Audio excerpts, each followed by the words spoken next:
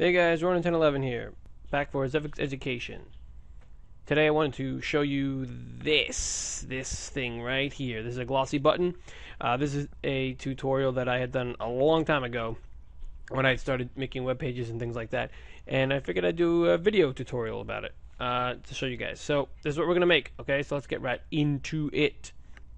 First we're going to control and we're going to go to a new document. I did 800 by 600. Okay, yeah, I know pixel aspect ratio, whatever. So let's go. We're gonna pick a gray color for the background, just because I think it'll pop better. Yeah, that's fine. Okay, and then what we're gonna do is we are going to make a new layer. We're gonna call it button. We'll call it button 1. Okay, and then we're gonna go to the marquee tool. We're gonna make a circle in here, but first I want to set the foreground and the background colors, and I have these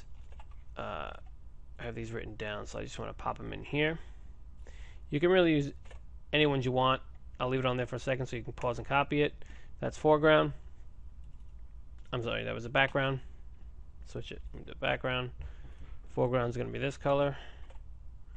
Okay, boom. And then we're going to make our, like I said, go to the marquee tool. We're going to switch it. If you have it on rectangle, put it to elliptical. You're going to hold down shift, and you're going to drag up or down, whatever you do. You make a circle, okay? And on this new layer, then you're just going to, we're going to make a gradient. So you're going to hit the G tool, and you want to make sure that your gradient is color to color, okay, like that. And we're going to go from top to bottom, like that. No, I want to make it a little more dark there. Let's do darker. We'll start here. I hold down shift when I do this because it'll straighten the line. If not, you can just have a crazy line. If you hold down shift, see, it'll snap to it. No, let's just go down here. Yeah, something like that. That looks good. Okay, Control D, boom. So now I just want to make sure that it's centered. So I'm going to select both layers down here. I'm going to hit V.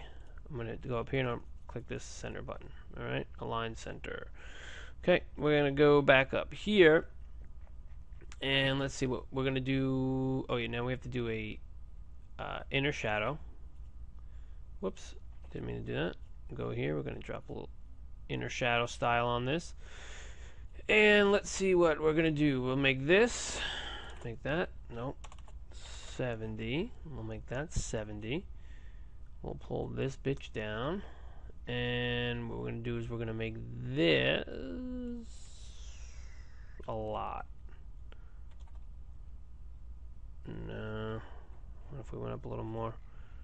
Like something like that. 50, yeah, something like that. I'll do something like that, okay? Hit okie dokie. And now what we're going to do is we're going to make the highlight on the top. So we're going to go here. I say what we're going to do is a lot, don't I? Make a new layer. You can call this highlight if you want. Well, you know what? We're going to call it highlight 1. We'll call it highlight 1. We're going to go to the shape tool, and we're going to go to the ellipse tool. I'm going to set this to like a white color, like that. And then I'm going to hold, no, I'm not going to hold down shift. I'm just going to go like that from the corner up to the top. Something like, I guess like that. I'm going to move it up. You know, let's align it. I like to align things a lot. Okay, align it. Move it up to, I guess something like that is good. Now, what we're going to do is we're going to come over here. We're going to right click on the mask, and we're going to do rasterize vector mask. And then what we're going to do is we're going to add a mask onto that. We're going to go to the gradient tool, and you're going to make sure that the one of the foreground or the background is going to be transparent. So just click that. You can change the color if you want. Whoops. No. There you go, like that. All right, and we're going to go from up top here. No, I want a little darker. Start down a little further. Yeah, I like that. I think that looks okay. I want this to kind of blend in up here a little bit, and you want to have that highlight there. That's basically what we want to do. And then what we're going to do next is we're going to do another layer in between these two, okay? And well, what happened? New layer in there. We're going to go back to the ellipse tool, but this time what we're going to do. Oh, sorry, I had to scratch my whatever I was scratching there. So this time we're going to set the color to something light like that, okay? And on this new layer we're going to make another ellipse. This is going to be the highlight underneath. Yeah, something like that, I guess. Let's align that. V. Boom. And then what we're going to do with this is same thing. We're going to rasterize this vector mask there, and then we can go up to filter and we're going to blur the bejesus out of it. I have it set to 12. Well, let me see any better.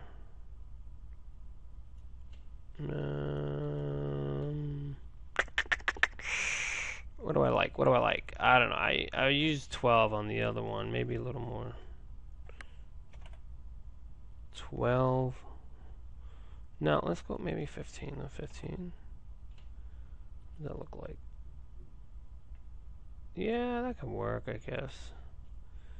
That can work like that, I suppose. Something like that. So what I do? 15? Yeah, so 15. Okay. And so now what we're going to do is we're going to set, we're going to do, we're going to change the color now. Let's see, let's make the foreground color. What did I have? I had that, like a white color. Alright. What we're going to do next is we're going to make the outer rim for the, that holds the button, okay? So we'll do that color. We need to make this a grayish color. Something like that. Yeah, that looks pretty good, I suppose. And then we're going to go back to the button 1. We're going to add a stroke it up. Let's raise the size up a little bit, depending on how big you want your button to be. This is the inside of the ring of the button. Make it 8. 8 is cool.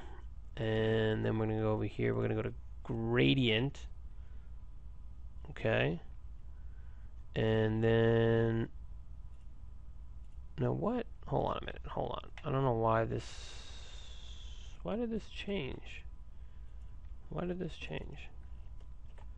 That shouldn't have changed. What? Because I had a different layer on? Whoop-diddy-doo. Make it a white color. Something like that. Alright, now we go back, and now we'll go back to stroke. And we'll go back up to 8. And then we'll go back to gradient. Now make sure you switch and you change it to the colors that you had, that you picked just previously. Change the angle to 90, so you have the gray up there, no light down there. Linear, blah blah blah, everything's good, boom. Okay? And so what we have to do is, to be able to we're going to need to stroke this again, and to be able to do that, we're going to have to we're going to have to make layers out of this, rasterize this image. We're going to have to get it so we can add more effects to it, the same effect to it. So an easy way to do that is make a new layer on top of that. Actually, let's do it like that. Go like this. Here's a quick tip. We're going to merge these two layers, but when you merge down, it merges, top down. When you do that, it's going to keep the name of whatever was on top. So if we do that, boom, see, it keeps that name. If we didn't, you would have had to rename it. And there's no need for that. So now that we have that, we're going to go back to stroke. Okie dokie. And this time we're going to make the stroke just a little bit bigger. So if that was 8, we can make it 10. Maybe like, let's make it big. Let's make it big like that. We'll make it like 13. Okay. Oh, actually, you know what we need to do? For that, we have to change our colors. Let's go back and change our colors. Let's make them different. What we're going to do is gonna reverse the light basically is what we're gonna do here. So let's see. We're gonna go. Where's my mouse? We're gonna go foreground color. We're gonna reverse it. We're gonna go to a gray, purplish type dealy thing. And then what we're going to do is we're going to go to the background color and we'll make that one more of a whitish, bang, something like that. So now what we have is that. Now we can go back to stroke. And like I said, we made that, what, 13 it looks like, right? Go to gradient, make sure it's changed to something like that. We're going to change the angle, something like that. And that's it. That's what we do with that. For that, so that's the button around it. Okay. Should probably change this background color. It matches too much to that one. And then what you can do is you can also add a drop shadow on here. So let's add a drop shadow. Let's see. We'll do it. Take out the distance. Put the spread up to like a lot. The size needs to go up to. Whoa, it's too big. Yeah, something like that. Depending on how big you want it. Just spread out a little bit more. Yeah, something like that. That looks cool. Yeah, I think that looks pretty good. Alright. So now we have our button. That's basically it. That's basically how you make your button. You can mess with the outside, the ring, or you can mess with what I like to do is on this one now, I like to go drop another inner shadow in here. Okay, and what I do is take out the distance, throw up the size a little bit. Gives it a little more depth, I feel like. You know, let's see what it looks like without it. See what it does?